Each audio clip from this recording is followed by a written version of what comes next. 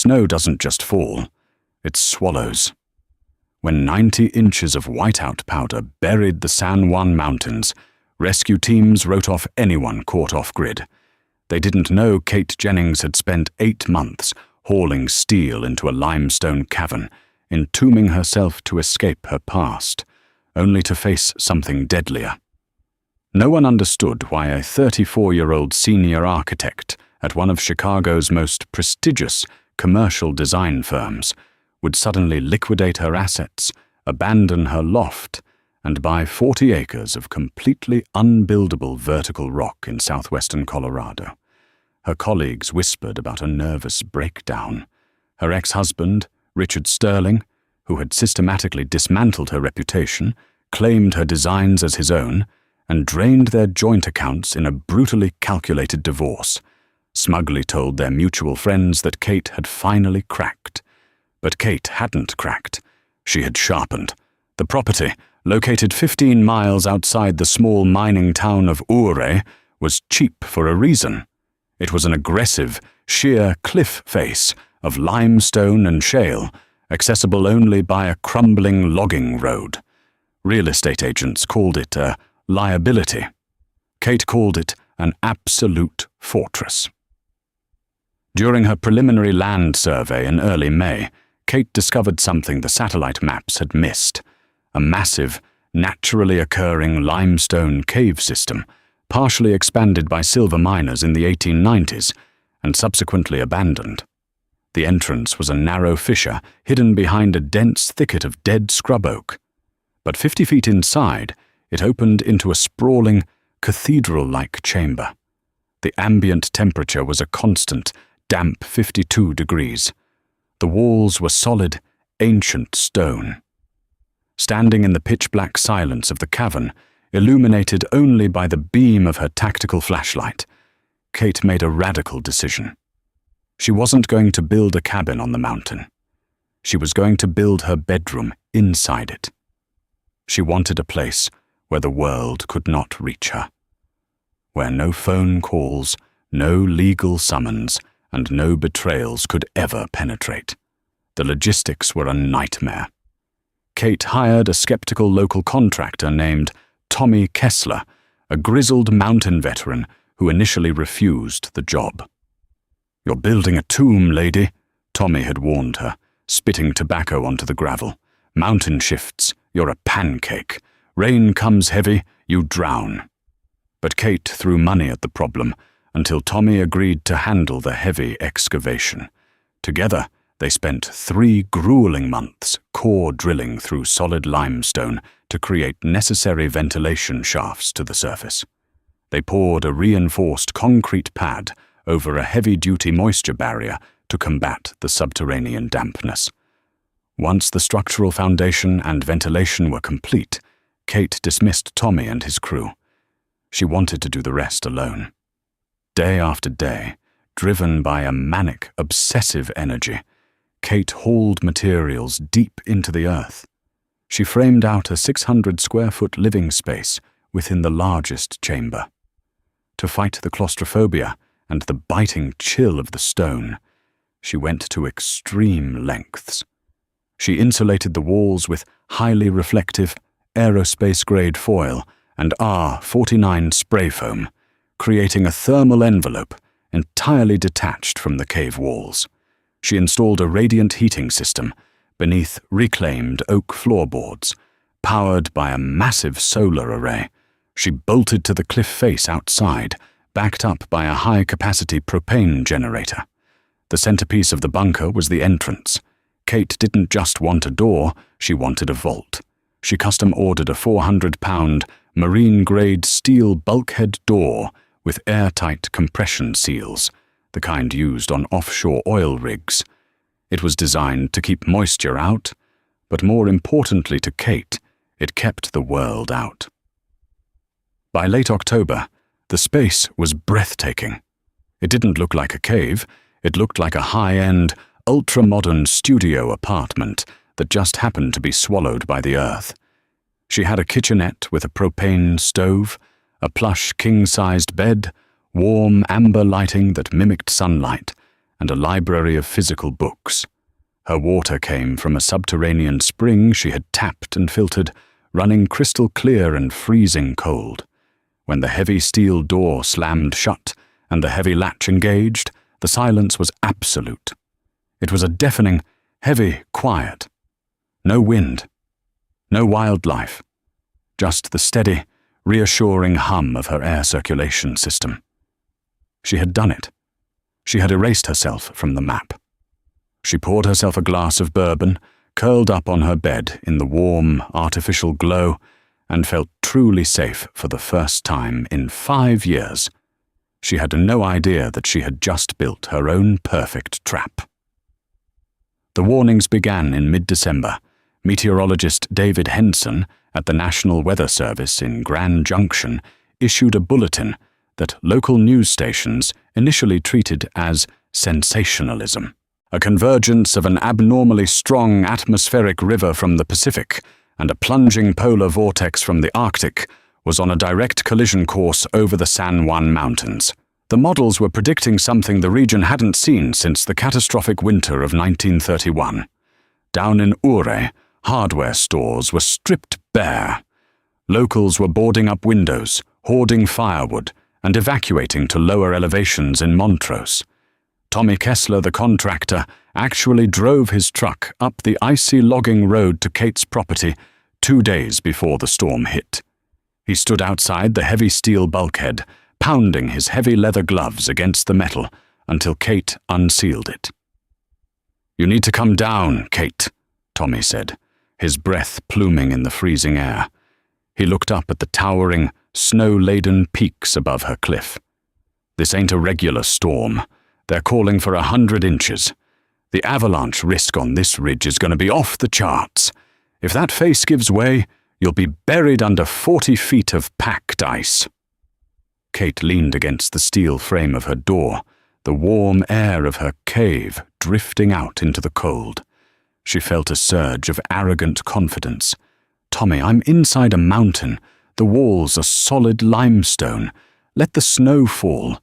Let it avalanche. It'll just slide right over the cliff face. I have a month's worth of food, 1,000 gallons of propane, and an independent air supply. I'm safer here than anyone in town." Tommy stared at her, his eyes narrowed, recognizing the stubborn, traumatized glint in her eyes, the look of someone who would rather die than ask for help. "I hope you're right," he muttered, turning back to his truck, "because once this hits, nobody is coming up this mountain until April." 48 hours later, the sky bruised into a violent, unnatural purple, and the blizzard struck. It didn't start as a flurry. It hit like a physical blow. Winds clocked at 105 miles per hour screamed through the canyons, tearing ancient pines out by their roots. The temperature plummeted to 35 degrees below zero in a matter of hours. Deep inside her bunker, Kate barely noticed. She sat in her rocking chair, a thick wool blanket draped over her lap, reading a novel while her radiant floor heating kept the room at a balmy 70 degrees. The marine door blocked out the howling wind completely. The only indication of the apocalypse happening outside was the rapid spinning of the digital dials on her solar battery management system. The panels were already covered, and the system had seamlessly switched to the propane generator, located in a secondary, vented alcove near the cave's mouth. For the first 24 hours, Kate felt a profound, almost euphoric sense of vindication. Richard Sterling could have his high-rise penthouse. She had conquered nature. She was untouchable. Then, at 3:14 a.m. on the second night, the earth shook. It wasn't a gentle rumble. It was a violent, teeth-rattling concussion that threw Kate out of her bed and onto the hardwood floor. The heavy steel door groaned, a horrific screech of metal under immense pressure. Dust and small fragments of limestone rained down from the untreated cavern ceiling just beyond her insulated bedroom module. Above ground, Thousands of tons of heavy, wet snow had finally broken loose from the peak. The avalanche didn't just slide over the cliff face, as Kate had predicted. It cascaded directly onto her terrace, shearing off her solar array, crushing the retaining wall, and packing itself densely into the narrow fissure that served as the entrance to the cave. Kate scrambled to her feet, her heart hammering against her ribs. The ambient amber lights flickered, died, and then the emergency battery-operated LEDs snapped on, casting the room in a harsh, clinical white. Okay, it's fine," she whispered to the empty room, trying to steady her breathing. The structure held. The rock held. She walked over to the marine door and grabbed the heavy steel wheel to open it, intending to check the generator alcove. She turned the wheel. The latches disengaged. She pushed. The door didn't move. She planted her feet, bracing her back against a support column, and shoved with all the strength in her legs. The door shifted exactly half an inch before hitting something with the density of concrete. Kate grabbed her flashlight and peered through the thick, reinforced glass porthole built into the center of the door. Where there should have been the rocky tunnel leading to the outside world, there was only a solid, impenetrable wall of crushed ice, shattered pine trunks, and mud, pressed flush against the glass. The avalanche hadn't just buried the entrance. It had packed the tunnel so tightly, it had effectively sealed the cave like a cork in a bottle. Panic, cold and sharp, finally pierced her carefully constructed armor. Suddenly, the mechanical hum of her air circulation system sputtered. A high-pitched, rhythmic beeping cut through the silence. It was the digital control panel for her ventilation. Kate rushed over, her eyes scanning the readouts. Her blood ran cold. Her primary air intake vent, a 6-inch PVC pipe she had drilled straight up through the rock, had been sheared off and packed with ice by the avalanche.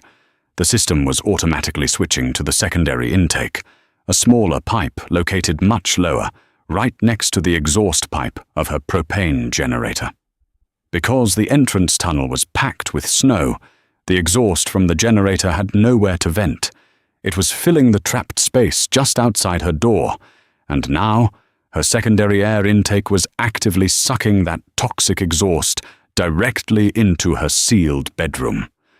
A secondary alarm shrieked. It was the carbon monoxide detector mounted on the wall. The digital display flashed red. Warning, 50 parts per million. Rising. Kate had built an airtight vault to keep the world out. Now, that same vault was holding the poison in. She had less than 10 minutes to make a choice. Keep the generator running for heat and suffocate from carbon monoxide poisoning, or kill the power, shut the air intake completely, and freeze to death in the pitch-black belly of the mountain. The carbon monoxide detector didn't just beep, it screamed. The digital display blinked with malicious urgency. 65 parts per million. 70 parts per million. Kate's architectural training, her deep mechanical understanding of airflow, structural integrity, and HVAC systems kicked in, overriding the primal panic freezing her limbs. She knew exactly what was happening. The avalanche had created a hyper-pressurized seal over the cave mouth. The heavy generator, chugging away in its alcove to power her lights and heat, was rapidly filling that sealed vestibule with toxic exhaust. Her secondary intake was dutifully pulling that poison straight into her hermetically sealed, heavily insulated bedroom. She was suffocating in a 600-square-foot plastic bag of her own design.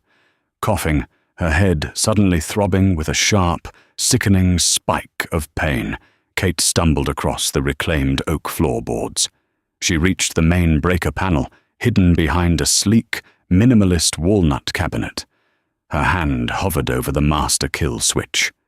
If she pulled it, the generator would die. The exhaust would stop. But so would the radiant heating. So would the air circulation. So would the amber lights, that kept the crushing darkness of the cavern at bay. She would be entombed in the pitch black, relying on a finite supply of oxygen, waiting for the ambient temperature of the cave to claim her. 80 ppm. The nausea hit her like a physical punch to the gut. She slammed her hand down on the heavy red lever. Instantly, the world died. The mechanical hum of the ventilation system choked and spun down to a terrifying halt. The emergency LEDs flickered out, leaving only the weak, dying glow of the carbon monoxide detector's red screen. The silence that rushed in to fill the void was absolute, thick, and suffocatingly heavy. It wasn't just the absence of noise, it was a physical weight pressing against her eardrums. Kate slumped against the wall, sliding down to the floor, gasping for untainted air. She grabbed a roll of heavy-duty aluminum foil tape from her utility drawer, her hands trembling violently in the dark. Clicking on her headlamp, she crawled to the intake vent near the floorboard and aggressively taped it shut, sealing herself off from the vestibule. She was safe from the poison. But now, she was on a new ticking clock. An airtight, 600-square-foot room holds roughly 4,800 cubic feet of air. Sitting still, a single human being will slowly convert that oxygen into carbon dioxide. Kate did the brutal math in her head. She had, at best, 3 days before the CO2 levels caused hypercapnia, leading to confusion, unconsciousness, and eventually asphyxiation. And then there was the cold. Without the radiant heat, the sophisticated thermal envelope of her bedroom began to bleed warmth into the massive 52-degree limestone cavern surrounding it. It wouldn't freeze her solid, but sitting in absolute darkness at 52 degrees for days on end would slowly, methodically drain her core body temperature, inducing mild hypothermia. For the first 24 hours, Kate remained in her bed, buried under 2 heavy down comforters. She allowed herself a single flashlight beam for 5 minutes every few hours. The darkness played vicious tricks on her mind. She heard phantom footsteps on the hardwood. She heard Richard's voice, condescending and smooth, telling her she was always too emotional, too reckless. "You built a tomb, Kate." His voice echoed in her memory, seamlessly blending with the contractor Tommy Kessler's warning. By the dawn of the 3rd day, or what her watch claimed was the 3rd day, the air inside the module had grown stagnant, thick, and distinctly stale. A dull, continuous headache throbbed behind her eyes, the first undeniable symptom of carbon dioxide buildup. She couldn't just lay there and die. The stubborn, furious spark that had driven her to build this fortress in the first place flared back to life. She hadn't survived Richard's emotional slaughter, just to quietly expire in a hole in the ground. If the front door was a dead end, she had to find a back door. Kate threw off the covers. She dressed in her heaviest thermal base layers, a thick wool sweater, reinforced climbing pants, and sturdy waterproof boots. She packed a tactical backpack with her remaining flashlight batteries, a first aid kit, 4 protein bars, a heavy steel crowbar, and 100 feet of paracord. At the very rear of her bedroom module, hidden behind a false drywall panel, was the plumbing access door. She had built it to service the filtration system that drew water from the subterranean spring deeper inside the cavern. She pried the panel open with the crowbar. The air that hit her face was freezing, smelling of wet earth, ancient stone, and raw minerals. It was terrifyingly vast. Kate squeezed through the access hatch, leaving her comfortable dying sanctuary behind. She stepped onto the raw, jagged limestone floor of the unmapped cave system. Her headlamp cut a narrow cone of harsh white light through the absolute, suffocating darkness. She followed the black, PVC water pipe deeper into the mountain. The walls narrowed, then widened into massive chambers dripping with moisture. The sound of her boots crunching against loose shale echoed endlessly, mimicking the sound of someone following her. After an hour of grueling, careful navigation over slick boulders and treacherous ravines, the PVC pipe ended, plunging into a deep, crystal-clear subterranean pool. This was her water source, and it was a dead end. Kate fell to her knees, the sharp rock biting through her pants. She shone her light across the dark water. Solid rock walls surrounded the pool on all sides. The ceiling hung low. There was nowhere else to go. The realization crashed down on her, crushing the last of her hope. She was going to die here, miles beneath the snow, alone. As she lowered her head to weep, a strange sensation brushed against her tear-streaked cheek. It was faint, barely a whisper, but it was there. A draft. Kate froze. She held her breath. She closed her eyes to heighten her remaining senses. Yes, a subtle, icy caress of air was moving across her face, blowing from the far side of the cavern, beyond the pool. Airflow meant an exit. Airflow meant a connection to the surface. She skirted the edge of the freezing water, pressing her back against the jagged limestone wall. As she rounded a large stalagmite formation, her headlamp illuminated something completely unnatural. It wasn't a rock. It was a perfectly squared piece of rotting, heavy timber. Kate rushed forward, her heart pounding a frantic rhythm against her ribs. Jutting out from a narrow fissure in the rock face were the decaying remains of a wooden support beam. Behind it, carved directly into the stone, was a tunnel. It was barely 3 feet wide, perfectly rectangular, and sloped upward at a steep angle. It wasn't a natural cave formation. It was a mine shaft. During her initial property research, she had read that the San Juan Mountains were honeycombed with thousands of abandoned silver claims from the late 19th century. She had just stumbled into a forgotten adit, a horizontal tunnel dug by desperate men 130 years ago. Lying in the dust near the entrance of the shaft was a rusted, heavy iron pickaxe, its wooden handle petrified by time. Next to it sat a corroded tin lunch pail. Kate knelt and gently pried the lid of the pail open. Inside, wrapped in oilcloth that crumbled to dust at her touch, was a small, leather-bound ledger. The pages were stiff, fused together by a century of dampness, but the inside cover was still legible, written in faded pencil, Arthur Pendleton. Shift boss, level 4, ventilation, Windsor. November, 1893. Arthur Pendleton had stood exactly where she was standing. He had dug an air shaft upward to flush toxic blasting gases out of the deeper tunnels. Kate looked up into the black, sloping throat of the mining tunnel. The freezing draft was stronger here. It smelled like ice and pine needles. It smelled like life.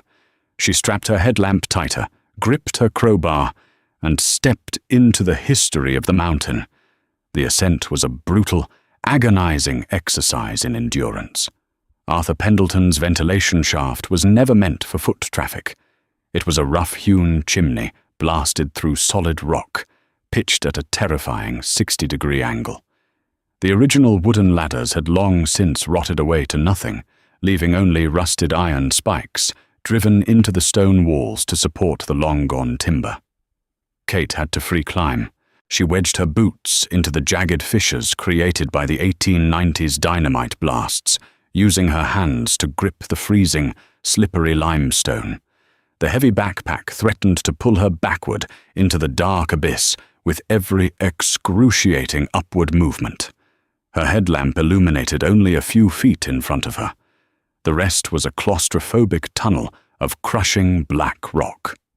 Dust and small stones rained down on her face as she climbed, sticking to the sweat and tears freezing on her cheeks.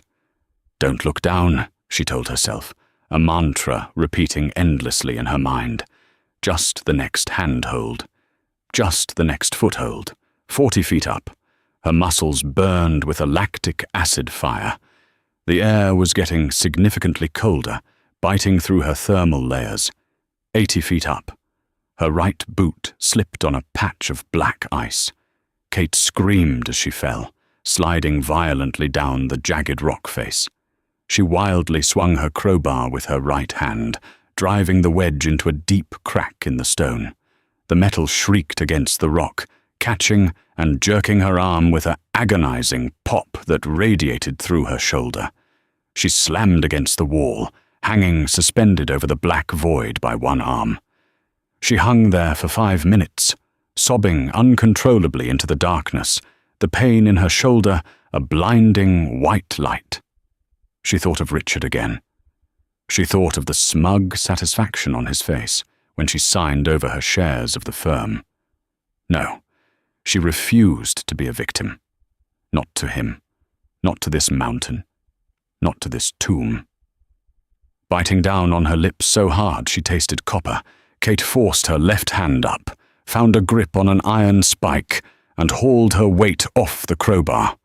She resumed the climb, her movements now fueled by pure, unadulterated rage and the desperate animalistic will to live. 150 feet up, the angle of the shaft began to level out. The rock floor became coated in a thick layer of pristine, white frost. The draft was no longer a gentle breeze. It was a howling, freezing wind pouring down from above. Kate dragged her exhausted, battered body over the final lip of the vertical chimney and collapsed onto the flat floor of an upper tunnel. She was hyperventilating, her breath pluming in the icy air. She looked up. 50 feet down the horizontal tunnel, the darkness ended. A wall of packed, dense snow blocked the exit, but the blinding, brilliant, glorious light of the sun was filtering through the ice, glowing with a luminescent blue hue. She had found the upper adit. She had bypassed the avalanche. Kate crawled toward the light, abandoning her heavy backpack. She reached the wall of snow and began to dig furiously with her bare hands and her crowbar. The snow here wasn't the concrete-hard debris of the avalanche that had buried her front door. It was wind-blown powder that had drifted into the higher cave mouth. It took 30 minutes of frantic clawing.